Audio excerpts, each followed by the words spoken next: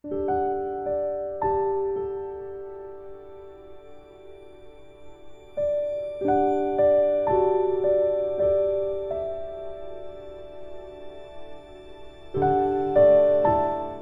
kesempatan kali ini saya ingin membahas mengenai 3 ciri psikologis bahwa dia memang adalah jodohmu.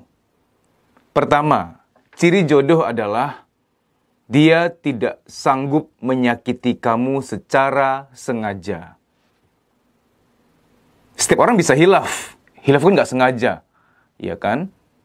Walaupun dia jodoh kamu, dia bisa aja menyakiti kamu. Tapi kan hilaf, nggak sengaja. Ya, nah ini kita harus perhatikan karena ada orang yang mau masuk ke pernikahan tuh calonnya ini bisa sengaja nyakitin dia gitu loh. Sampai yang bilang, rasain tuh kan. Kok bisa ya sengaja gitu ya? Dia bukan jodohmu. Karena prinsip jodoh adalah nyubit kamu kayak nyubit diri dia sendiri. Dia nggak bisa gitu loh.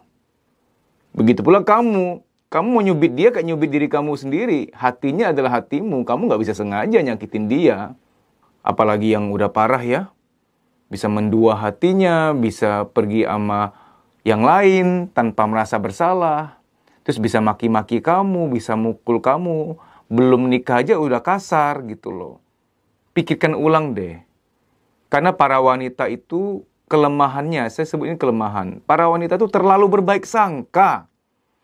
Calonku akan berubah kok, nanti kalau menikah akan berubah kok, tenang aja gitu. Ya, itu berbaik sangka bagus, tapi kalau mau berbaik sangka pada sahabat, jadikan dia sahabat. Itu berbaik sangka pada itu konteksnya. Pada sahabat kita, dia mau salah kek, mau apa kek, kita selalu beri kesempatan sahabat. Coba kamu punya teman dekat, dia salah. Nah, sebagai sahabat kita beri kesempatan terus, berbaik sangka dia akan berubah. Tapi terlalu percaya seorang yang kasar, seorang yang bisa nyakitin kamu dengan sengaja, terlalu percaya bahwa dia akan jadi pasangan kamu, dia akan berubah nanti. Berbaik sangka padahal ini nggak pada tempatnya. Kenapa? Karena ada seseorang yang Tuhan sudah desain untuk kamu, yang nggak bisa sengaja nyakitin kamu. Terlalu terperangkap di sini, kamu nggak ketemu orang ini, gitu loh. Begitu pula kamu, akan ada seseorang yang kamu tuh nggak bisa nyakitin dia, gitu loh. Kamu cinta banget sama dia, kamu gak bisa nyakitin dia. Ya, pernikahan tidak menyembuhkan. Banyak wanita tuh salah paham, dipikir menikah itu menyembuhkan seseorang. Nanti kalau menikah juga semoga dia berubah. Pada kenyataannya, orang makin parah ketika udah menikah. Asli-aslinya keluar. Sorry, saya belak-belakan. Kalau di masa pacaran, di masa pengenalan, dia bisa bentak kamu segini nadanya. Kalau udah menikah bisa berkali-kali lipat. Sekarang masih rada-rada nahan karena masih sedikit banyak ada jaim. Gue mau menikah nih, gue mau dapetin dia nih. Atau paling enggak, ya gue mulus-mulusin lah. Biar cepet nikah, kan gue ngejar status sosial daripada ditanya kapan kawin kan. Nah mendingan ya baik-baikin, tahan-tahan dulu sampai udah nikah. Ketika udah nikah, udah terpenuhi kebutuhan-kebutuhan status sosial, udah dapet segala macam gitu. Wah aslinya akan keluar. Nah, pasti akan ada yang dislike nih. Ada yang akan komen, enggak juga gitu. Ternyata suamiku berubah. Ternyata istriku berubah setelah menikah. Itu minority loh. Sekian persen toh. Dan saya yakini nggak sampai 5%. Kalau saya ajarkan tentang hal begini, tolong Anda yang nggak setuju, Anda diam. Kenapa? Begitu ada satu orang aja bilang, enggak juga. Oh, pasanganku berubah kok. Ada orang-orang yang lihat komenmu, meyakini juga, akhirnya dia akan terperangkap pada yang nggak sesuai dengan kamu. Kamu tuh benar-benar yang, itu kejadian minority banget gitu loh. Pria kasar, pria peselingkuh, itu bisa berubah? Bisa. Tapi itu kasusnya khusus. Ditegur Tuhan langsung. Dengan suatu kejadian besar. Bisa berubah. Cuman kan kita nggak tahu kapan Tuhan negur. Dan jangan sampai tunggu Tuhan negur bisa babak belur gitu loh. Atau, ini pria kasar yang nyakitin kamu ini, walaupun dia kasar, dia punya kerendahan hati. Aku tahu aku salah, aku pengen berubah. Dan dia mau diterapi, pergi ke konselor, ikut training atau ke psikolog, diterapi. Bukan cuma ngobrol ya. Karena orang kasar, diobrolin aja, konseling doang nggak nolong. Karena itu ada luka lama yang belum sembuh waktu kecil. Nah, dia harus mau gitu loh. Saya masih fine-fine aja, Mas. Dan saya rasa kasarnya saya juga rasional, emang dia salah. Kasar itu tidak diperbolehkan, tegas yang boleh. Tegas boleh, kasar jangan. Jadi ada laki-laki yang membenarkan kasarnya dia itu loh. Aku rasa wajar-wajar aja. Ya mungkin karena waktu kecil dia sering mengalami itu, sehingga dianggap itu standar wajar. Sementara calon istri itu, kulturnya nggak gitu. Ngeri loh. Ada beberapa wanita curhat sama saya, Mas, aku serem ketika udah nikah tuh ternyata, waduh, kasar banget dia gitu ya, makin kasar. Ibuku aja, ayahku aja nggak pernah loh bentak aku gitu. Ini perbedaan kultur yang luar biasa, kaget gitu loh. Cultural shock. Jadi gini, kalau Anda nggak setuju, jangan taruh di komen. Gara-gara kamu taruh di komen, nggak juga, suamiku berubah, istriku berubah. Nanti akan ada yang, oh, berarti ada yang berubah, aku juga bisa. Ngeri loh. Siapa tahu dia tuh beda. Kalau kamu mungkin, suami kamu ini, sebelum menikah, dia emang punya kerendahan hati. Aku kasar, tapi aku tahu aku mau berubah. Mana terapis, mana konselor, aku mau datengin nih. Nah, itu bisa berubah. Pada kenyataannya, pria kasar nggak merasa dirinya aneh gitu loh. Gue fine-fine aja. Nggak bisa dong. Gue kan bukan dukun yang jampi-jampi. Berubah. Enggak. Orang harus buka hati gitu loh. Gue perlu nih, Mas, tolong dong. Aku tahu aku kasar sama istri, salah. Tolong dong, aku diterapi. Itu gampang. Bukannya sombong. Gampang tuh artinya, ini orang mau berubah. Kan niat paling penting. Orang kalau nggak ada niat, nggak bisa loh. Dan sekarang kamu ukur. Kalau kamu emang cinta banget sama dia, tolong deh, cek kerendahan hati dia, keterbukaan dia. Dia ini mau nggak diterapi? Dear, kita kan mau menikah nih.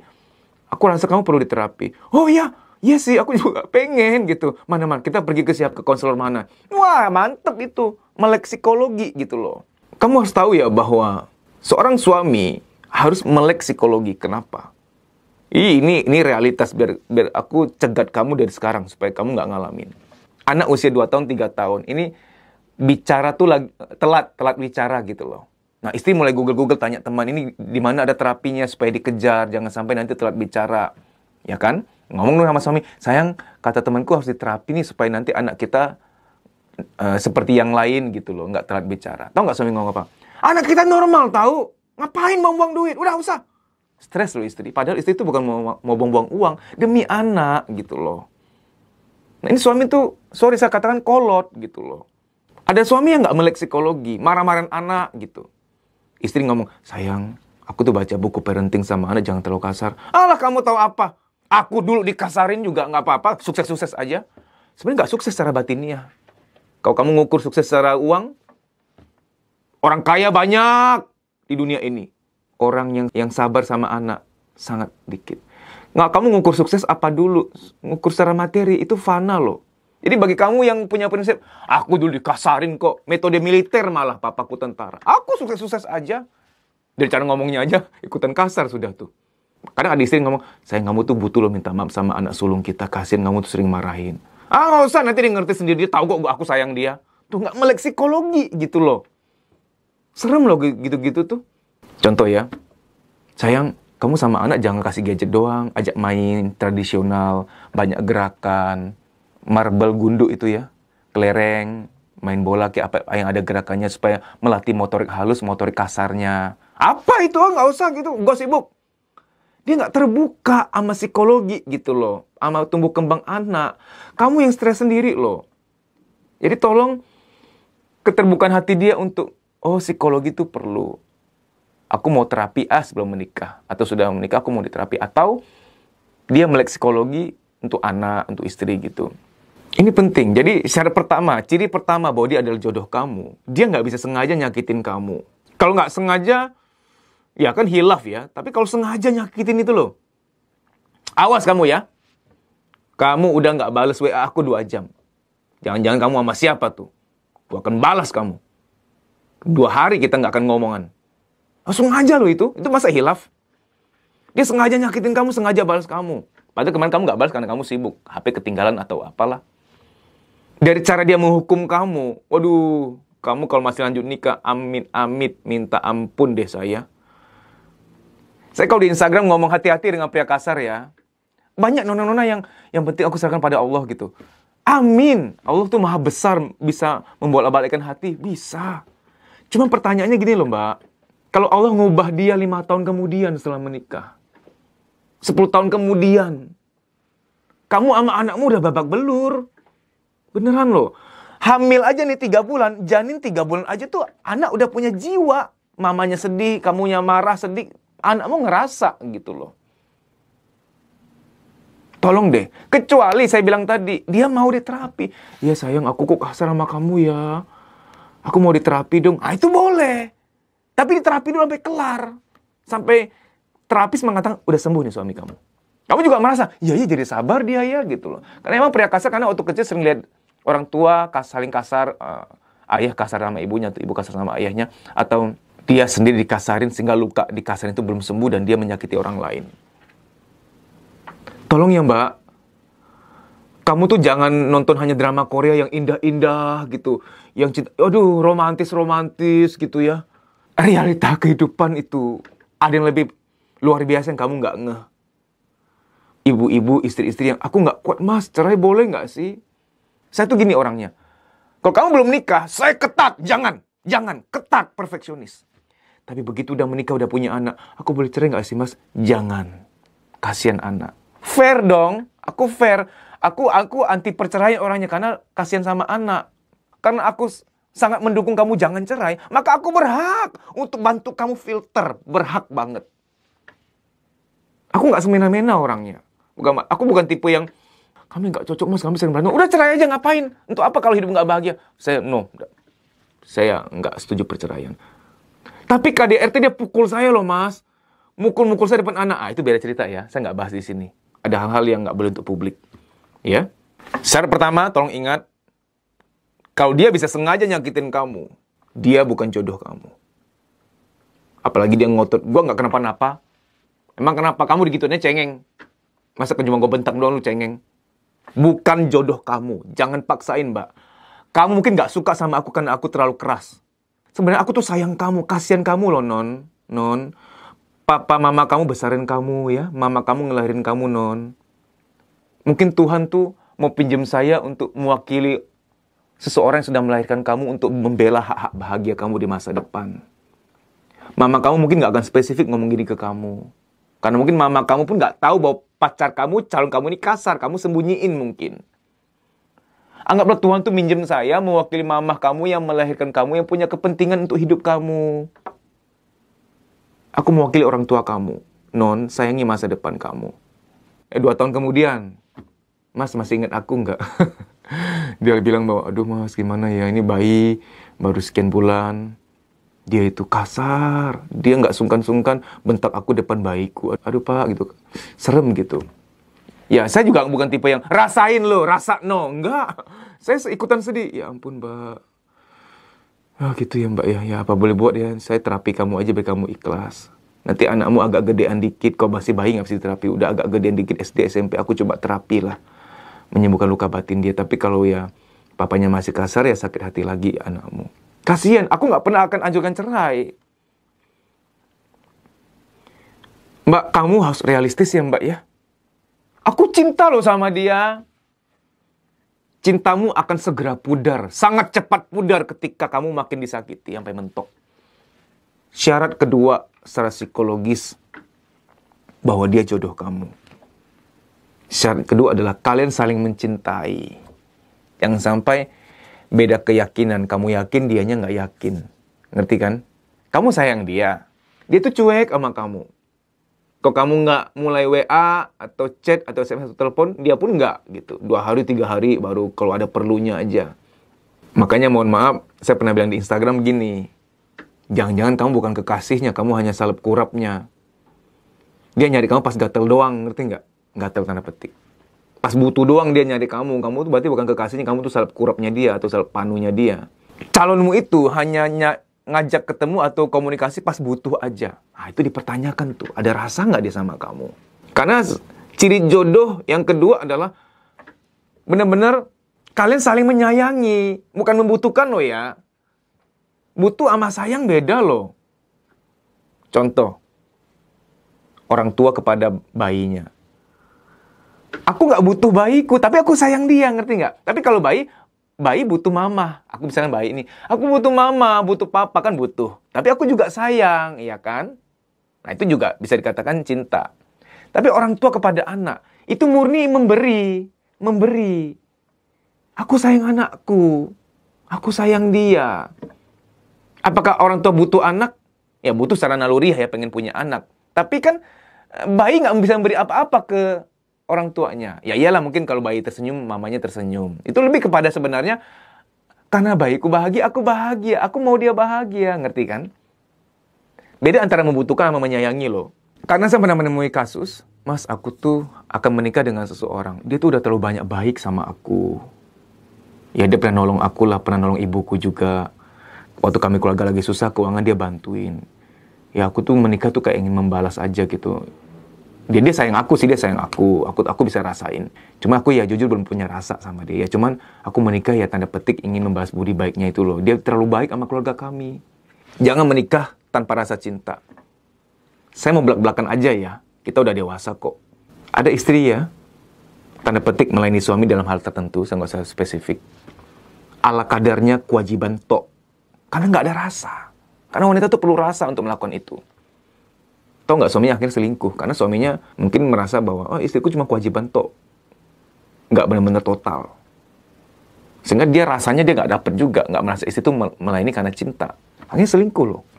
Jadi kalau kamu nggak ada rasa, kamu paksakan menikah, membahayakan diri kamu sendiri. Karena suami kamu tuh nggak dapat diri kamu yang benar-benar mencintai dia. Ngeri loh.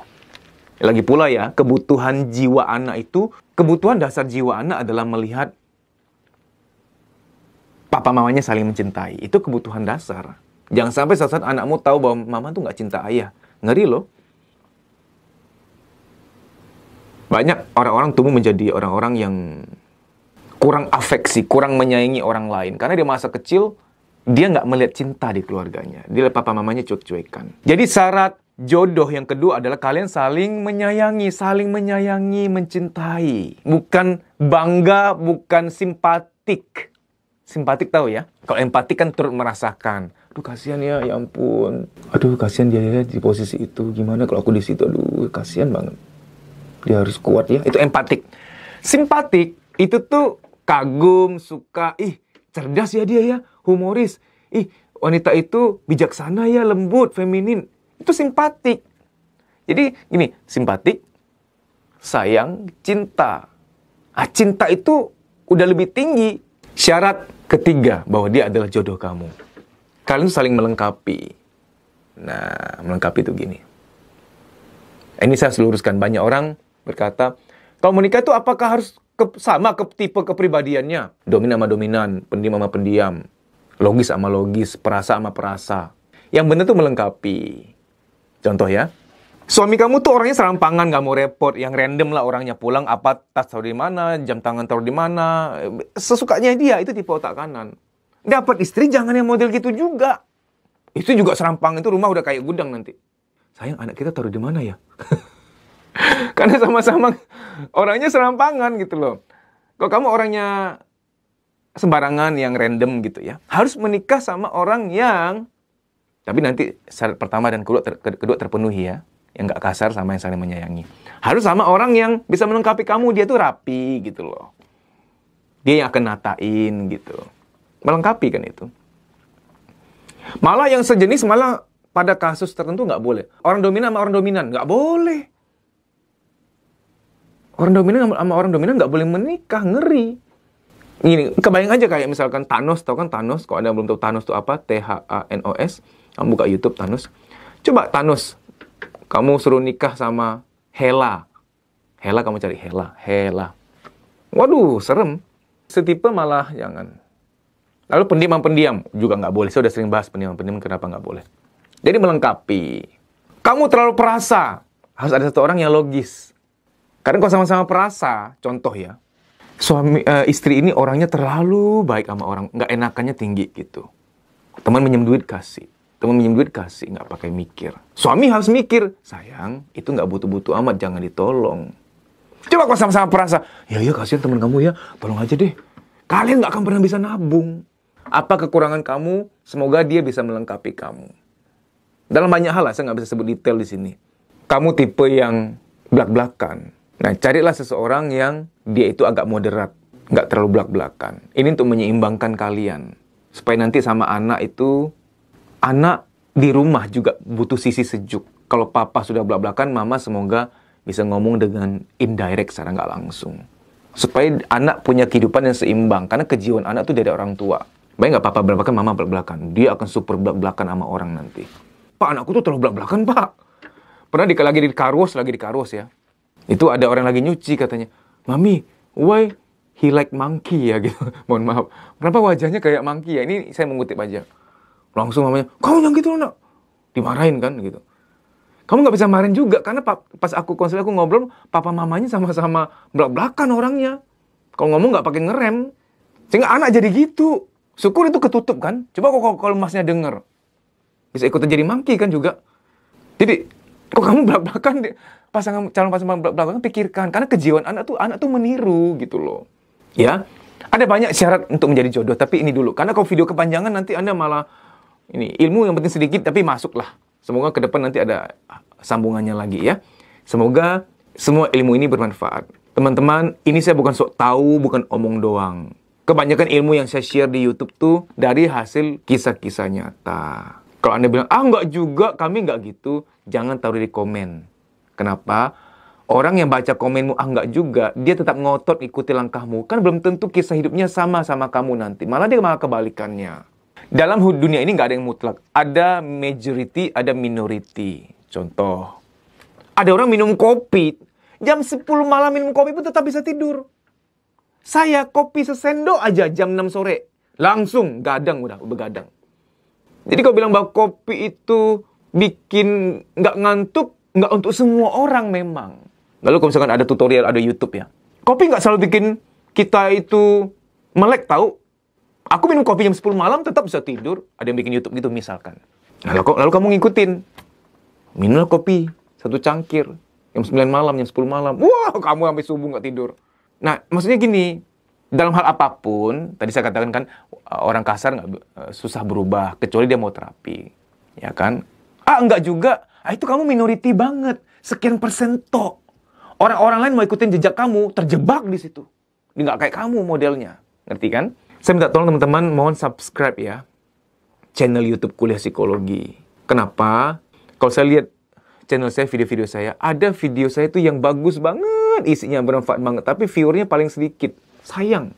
Padahal yang lain-lain tuh viewernya banyak. Kalau kamu subscribe, kamu nyalakan lonceng, kamu selalu bisa nonton. Ini semua Kuliah Psikologi gratis loh. Ya, semoga bermanfaat, dimudahkan bahagiamu, dilancarkan semua urusanmu. Amin. Kamu bisa follow Instagram saya, deddysusanto.pj_official. Di story itu ada jadwal training, silahkan dicek. Kalau kotamu termasuk di jadwal, WA nama peserta ke nomor panitia tersebut di kota itu untuk mendaftar. Mas, aku nggak mau ikut training. Ya gimana dong? Kita kan mau membaik nih, mau meningkatkan kualitas hidup. Karena jangan-jangan luka-luka batin itulah yang membatasi, menghambat mental kita untuk maju. Sehingga mengalami yang namanya menunda pekerjaan, ragu ngambil keputusan, minder, mood swing, tidak sekreatif dulu lagi, negative thinking, susah tidur, badan gampang capek, ada nyeri-nyeri nggak jelas di pundak, di perut, di dada, di kepala, dan lain-lain sebagainya, psikosomatik. Psikosomatik adalah, psiko itu jiwa, soma itu badan. Psikosomatik artinya ada beban-beban di jiwa, baik yang terpendam maupun yang disadari, ketika secara akumulatif sudah penuh, dia nitip taruh beban di badan. Ada yang nitip taruh beban di kepala, jadilah migrain, rambut rontok, pelupa, insomnia, pikun dini, dan lain-lain sebagainya. Kalau ketombe karena salah sampo ya, beda jurusan itu, beruah kakak. Ada orang yang ketika jiwanya sudah penuh, jiwanya itu nitip taruh beban di perut, jadilah mah, nyeri head berlebihan, nafsu makan tinggi, nafsu makan rendah, dan lain-lain sebagainya. Saya nggak mau sebut nama-nama penyakit lain yang wah ya.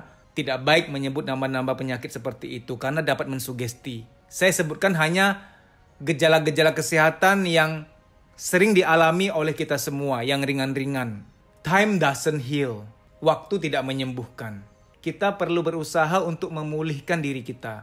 Ada doa, ada usaha. Harus seimbang. Kalau ternyata setelah kamu lihat jadwal di Instagram saya, tidak ada kotamu terdaftar di situ, apa boleh buat kamu ikut training secara pribadi. Ini coaching pribadi.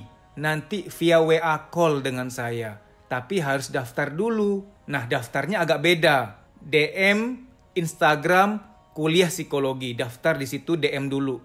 Bilang bahwa kamu mau daftar training private, coaching private. Tapi saya harus sampaikan ya, bahwa training publik itu jauh lebih melegakan dibanding terapi personal. Beda. Bisa 5-20 kali lipat rasa lega dan plongnya. Semoga kota kamu termasuk dalam list jadwal training kami. Itu lebih baik.